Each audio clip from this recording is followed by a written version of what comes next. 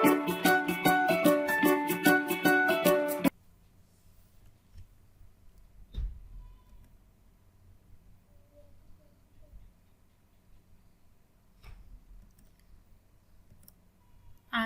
ক্লাসে সবাইকে শুভেচ্ছা। আমি আমিনা বেগম, প্রভাষক, জীববিজ্ঞান বিভাগ, মৌলানা মোফাজ্জল হোসেন মহিলা ডিগ্রি কলেজ, রাজনগর, মৌলভীবাজার। পাঠ পরিচিতি, বিষয় জীববিজ্ঞান, দ্বিতীয় পত্র, শ্রেণী দ্বাদশ, অধ্যায় সপ্তম, মানব শারীরতত্ত্ব, চলন ও অঙ্গ চালনা। ছবিগুলো দেখো, ছবিটিতে কি দেখা যাচ্ছে? মানুষের মাংসপেশি দেখতে পাচ্ছি, তাই তো? মাংসপেশিগুলো আবার বিভিন্ন ধরনের হয়ে থাকে। হৃৎপিণ্ডের প্রাচীর সৃষ্টিকারী পেশি, অস্থির সাথে সংযুক্ত পেশি, পাকস্থলী প্রাচীর নির্মাণকারী পেশি। এই পেশিগুলো সংকুচিত ও প্রসারিত হয় এবং এই পেশিকোষগুলো অসংখ্য তন্তু সমন্বয়ে গঠিত, সেটা আমরা দেখতে পাচ্ছি। তাই বলতে পারি যে টিস্যু সংকুচন, প্রসারণক্ষম এবং অসংখ্য তন্তু সমন্বয়ে গঠিত, সেই টিস্যুকে কি বলে? পেশি টিস্যু বলে। তাহলে আজকের পাঠ পেশি টিস্যু।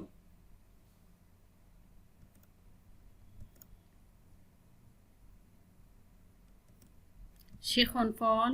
এই পাঠ শেষে শিক্ষার্থীরা পেশিকলা কি তা বলতে পারবে, বিভিন্ন প্রকার পেশিকলার গঠন ও কাজের তুলনা করতে পারবে, পেশিতে টান পড়ে কিন্তু ধাক্কা দেয় না ব্যাখ্যা করতে পারবে।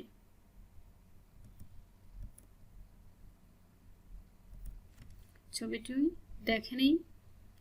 পেশি টিস্যু এবং পেশি টিস্যুর অন্তর্গঠন, যা পেশি টিস্যুগুলো সংকুচিত প্রসারিত হয় এবং বিভিন্ন ধরনের তন্তু আমরা দেখতে পাচ্ছি। এই যে মাইক্রোফাইব্রিল নামক তন্তু দ্বারা গঠিত। ভ্রূণীয় মেসোডার্ম থেকে উদ্ভূত যে তন্তু সংকুচন, প্রসারণক্ষম এবং অসংখ্য তন্তু সমন্বয়ে গঠিত, তাকে পেশি বা পেশি টিস্যু বলে। এই পেশিগুলা ভ্রূণীয় মেসোডার্ম থেকে উৎপত্তি লাভ করে। আমরা যখন প্রণ অবস্থায় ছিলাম তখন 3টি স্তর সৃষ্টি হয়। বাইরের স্তরকে বলা হয় একটোডার্ম, মধ্যবর্তী স্তরকে বলা হয় মেসোডার্ম এবং অন্তর্বর্তী স্তরকে বলা হয় এন্ডোডার্ম। এই মেসোডার্ম স্তর থেকেই পেশি টিস্যুর উৎপত্তি হয় এবং এই পেশি টিস্যুগুলো সংকুচিত প্রসারিত হয়ে আমাদের দেহে বিভিন্ন ধরনের কার্যকলাপ সম্পাদিত হয় এবং এই পেশি টিস্যুগুলো অসংখ্য তন্তু সুতার মতো তন্তু দ্বারা গঠিত, সেটা আমরা দেখতে পাচ্ছি।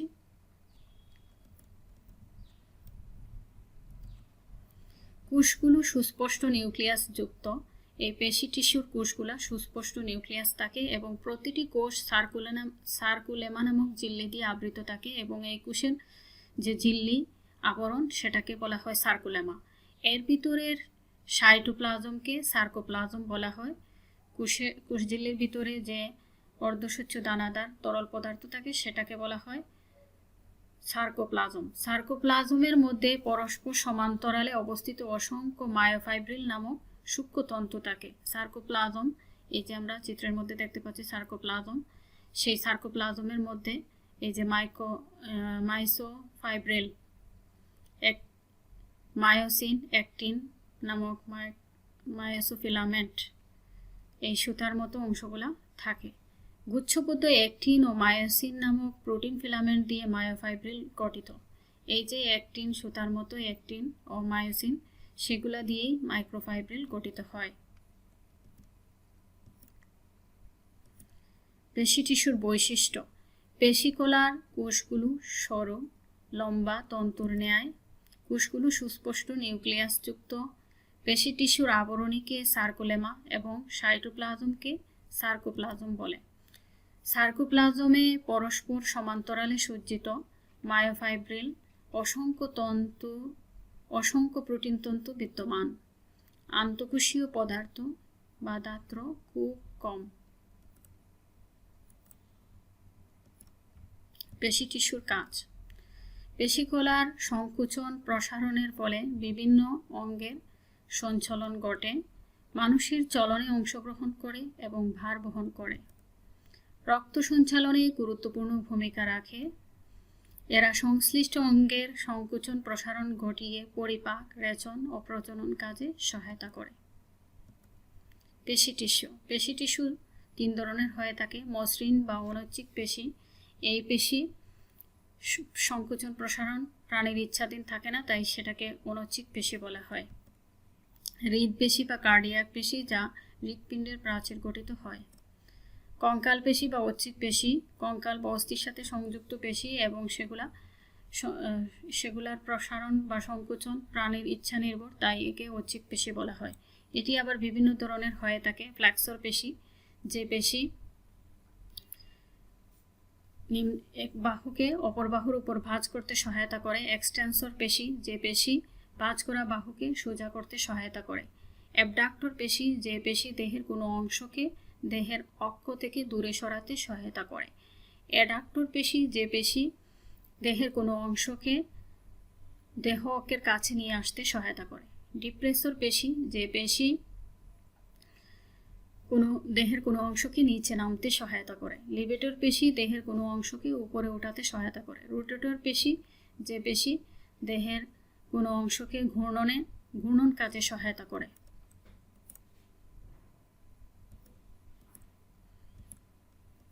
মসৃণ বা অনৈচ্ছিক পেশি। মসৃণ পেশির কোষগুলো মাকু আকৃতির। এই যে কোষটা আমরা দেখতে পাচ্ছি সেটা মাকু আকৃতির। মাকু আকৃতির মানে কি? মাকু শব্দটার অর্থ কি? মাকু আকৃতিটা হচ্ছে উভয় পাশ সরু এবং মাঝখান মোটা, সেই আকৃতিটাই হচ্ছে মাকু আকৃতির। 15 থেকে 200 মাইক্রোমিটার পর্যন্ত দীর্ঘ। এই কোষটা 15 থেকে 200 মাইক্রোমিটার পর্যন্ত দীর্ঘ হয়ে থাকে। কোষের চওড়া অংশের ব্যাস 8 থেকে 10 মাইক্রোমিটার। এই চওড়া মোটা অংশটার ব্যাস হচ্ছে 8 থেকে 10 মাইক্রোমিটার। প্রত্যেক কোষে নিউক্লিয়াসের সংখ্যা 1টি থাকে। এই কোষের নিউক্লিয়াসের সংখ্যা আমরা দেখতে পাচ্ছি 1টি, এবং এটি কোষের চওড়া অংশে মোটা অংশে অবস্থান করে। কোষের আবরণী বা সার্কুলেমা অস্পষ্ট থাকে। কোষের যে ঝিল্লি বা আবরণীটা থাকে সেটা কিন্তু আমরা স্পষ্টভাবে দেখতে পাচ্ছি না, সেটাকে সার্কুলেমা বলে। কোষের সাইটোপ্লাজম বা সার্কোপ্লাজমে অসংখ্য অতি সূক্ষ্ম মায়োফাইব্রিল পেশিতন্তু দৈর্ঘ্য বরাবর বিস্তৃত থাকে। এখানে এই কোষের মধ্যে অসংখ্য সুতার মতো দৈর্ঘ্য বরাবর মায়োফাইব্রিল থাকে। মায়োফাইব্রিলে কোনো আড়াআড়ি রেখা থাকে না, প্রস্থ বরাবর কোনো আড়াআড়ি রেখা নেই।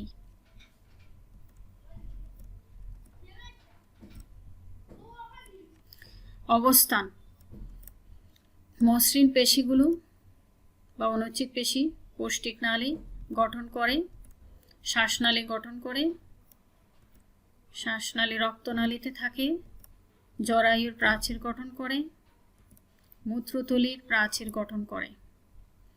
পৌষ্টিক নালী, রক্তনালী, শ্বাসনালী, মূত্রথলি, জরায়ু প্রভৃতি অঙ্গের প্রাচীরে এই পেশি পাওয়া যায়। মসৃণ পেশিগুলো আন্তর্জন্ত্রীয় অঙ্গের প্রাচীর গঠন করে বলে এগুলোকে ভিসেরাল পেশিও বলা হয়।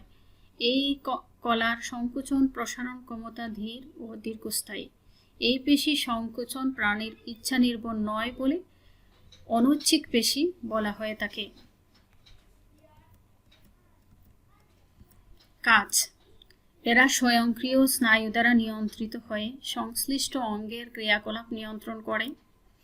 পৌষ্টিক নালীর পেরিস্টালাইসিস, রক্তনালীর অবিরাম সংকুচন প্রসারণ, শ্বাসনালী ও রেচননালীর নিয়মমাফিক সংকুচন প্রসারণ ইত্যাদি সবকিছুই মসৃণ পেশি দ্বারা নিয়ন্ত্রিত হয়। হৃদপেশি বা কার্ডিয়াক পেশি। কার্ডিয়াক পেশিতে আমরা দেখতে পাচ্ছি কোষগুলোর মধ্যে মায়োফাইব্রিল আছে, নিউক্লিয়াস আছে এবং প্রস্থ বরাবর যে রেখা আমরা দেখতে পাচ্ছি সেটাকে বলা হচ্ছে ইন্টারক্যালাটেড ডিস্ক। গঠনগত দিক থেকে এটা অনেকটা রৈখিক পেশির মতো বা কঙ্কাল পেশির মতো।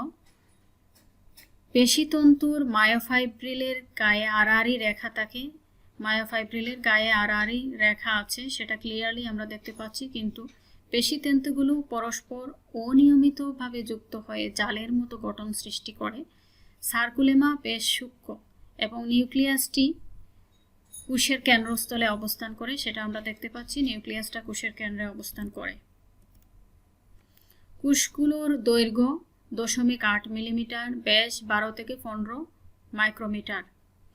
কোষগুলোর সংযোগস্থলে কোষপর্দা ঘন সন্নিবিষ্ট হয়ে এক বিশেষ অনুপ্রস্থ রেখা সৃষ্টি করে। এই যে বিশেষ অনুপ্রস্থ রেখা আমরা দেখতে পাচ্ছি, এক অনুপ্রস্থ রেখা সৃষ্টি করে, একে বলা হয় ইন্টারক্যালেটেড ডিস্ক। এই ডিস্ক হৃৎপেশির অন্যতম প্রধান বৈশিষ্ট্য। একমাত্র হৃৎপিণ্ডের প্রাচীরেই এ ধরনের পেশিকলা পাওয়া যায়। এ কলার সংকোচন প্রসারণ ক্ষমতা পরিমিতভাবে দ্রুত এবং কখনো ক্লান্ত হয় না। হৃৎপিণ্ডের সংকোচন প্রসারণ ঘটিয়ে প্রাণীদেহে রক্ত সঞ্চালন প্রক্রিয়া নিয়ন্ত্রণ করাই হৃৎপেশির কাজ। হৃৎপেশির কার্যকারিতা প্রাণীর ইচ্ছা নির্ভর নয়, তাই কাজের দিক থেকে এই পেশি অনৈচ্ছিক।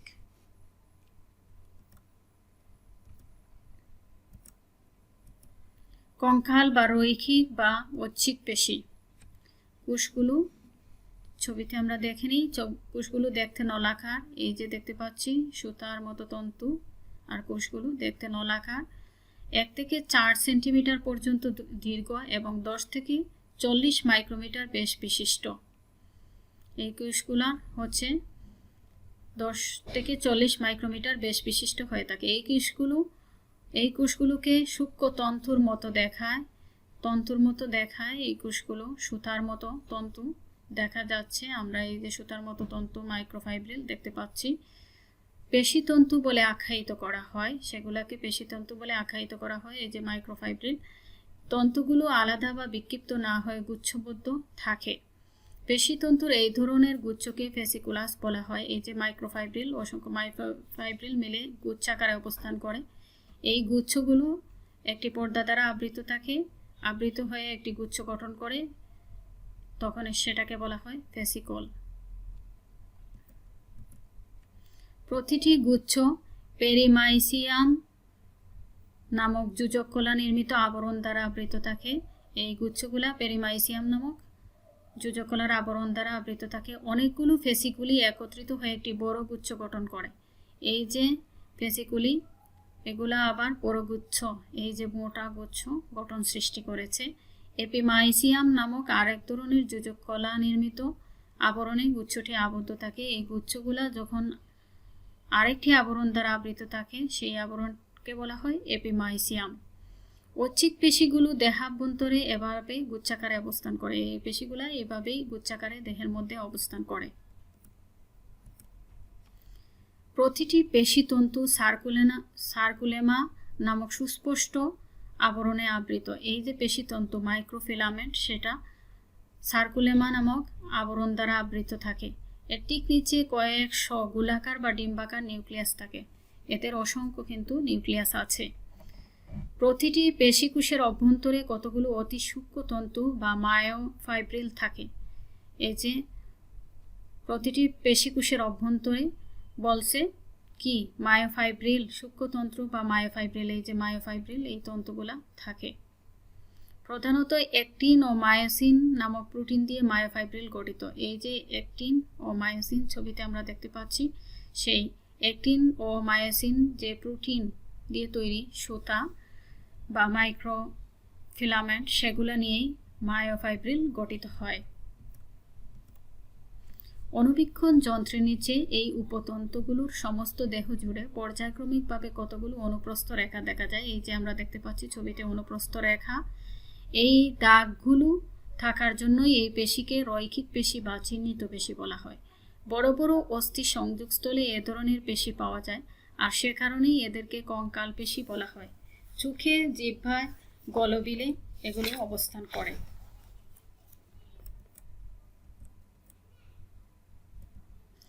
এ ধরনের পেশির সংকোচন প্রসারণ ক্ষমতা খুব দ্রুত ও শক্তিশালী। হাত, পা, বড় বড় অস্থি সহ দেহের অন্যান্য অস্থির সঞ্চালনের জন্য এই পেশিকলাই দায়ী। প্রাণীর চলনেও পেশির মাধ্যমে ঘটে। এই পেশির কাজ প্রাণীর ইচ্ছা অনুযায়ী নিয়ন্ত্রিত হয়, তাই রৈখিক পেশিকে ঐচ্ছিক পেশি বলে আখ্যায়িত করা হয়।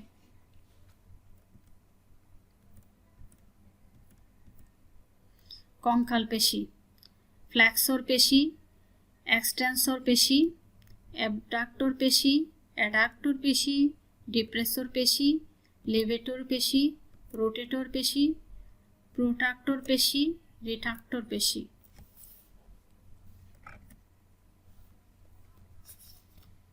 এখানে আমরা দেখতে পাচ্ছি ফ্ল্যাক্সর পেশি, বাইসেপস এবং ট্রাইসেপস। এক্সটেন্সর পেশি, ফ্ল্যাক্সর পেশি, এ পেশি দেহের কোনো অংশকে অপর কোনো অংশের উপর ভাঁজ করতে সাহায্য করে। বাইসেপস পুরো বাহুকে ঊর্ধ্ব বাহুর উপর ভাঁজ করে। এই যে ফ্ল্যাক্সর পেশি, এই পেশিটা এই যে নিম্ন বাহুকে ভাঁজ করতে, কনুইকে বাঁকিয়ে নিম্ন বাহুকে ভাঁজ করতে সহায়তা করে। ট্রাইসেপস এক্সটেন্সর পেশি ঠিক উল্টা কাজ করে, এই নিম্ন বাহুকে সোজা করে এবং কনুইকে সোজা করে আবার পূর্ব অবস্থায় ফিরিয়ে নিয়ে আসে।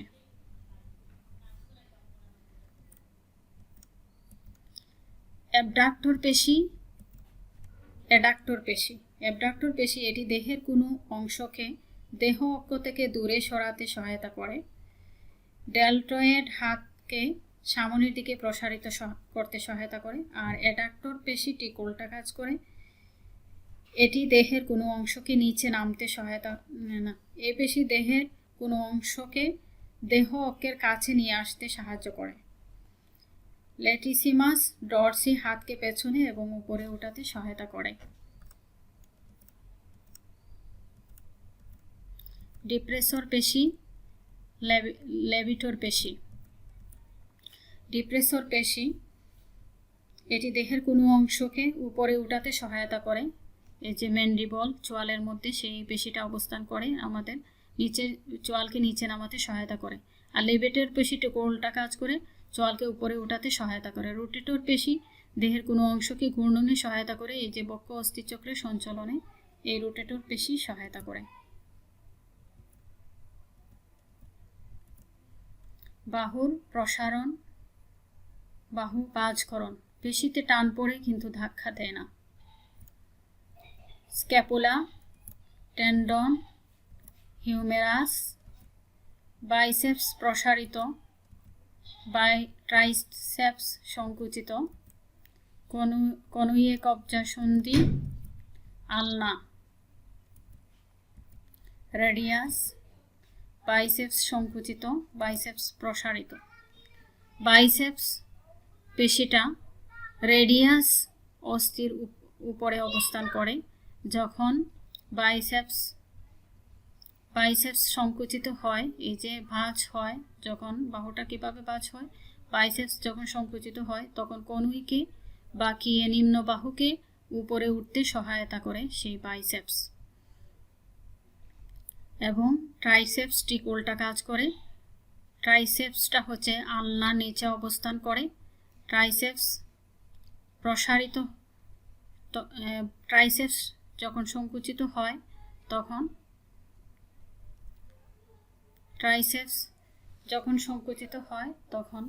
বাইসেপস প্রসারিত হয়, তখন বাহুর প্রসারণ ঘটে।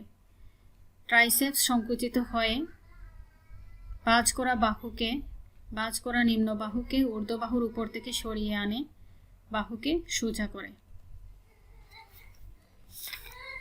সোজা করে। পেশিগুলো এমনইভাবে গঠিত, কেবল সংকুচিত হতে পারে, অর্থাৎ টান দিতে পারে, ধাক্কা দিতে পারে না। পেশি নিজে বাঁকা হয় না, সন্ধিকে টেনে বাঁকিয়ে আনে। এভাবে বাঁকিয়ে এনে সন্ধিকোণ কমিয়ে দেওয়ার কাজে নিয়োজিত বাইসেপসকে ফ্ল্যাক্সর পেশি বলা হয়। এই বাইসেপসকে ফ্ল্যাক্সর পেশি বলা হয়।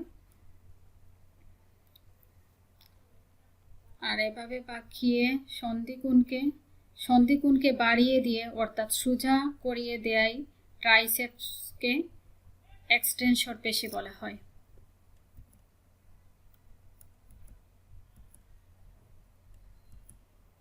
এখানে আমরা ক্লিয়ারলি দেখতে পাচ্ছি বাইসেপস যখন সংকুচিত হয় এবং ট্রাইসেপস প্রসারিত হয় তখন বাহু কনুইটা বাঁকিয়ে নিম্ন বাহুটা ঊর্ধ্ব বাহুর খুব কাছাকাছি অংশে চলে আসে। ট্রাইসেপস সংকুচিত হয় তখন কনুইকে সোজা করে নিম্ন বাহুকে ঊর্ধ্ব বাহুর উপর থেকে সরিয়ে এনে সোজা করে দেয়।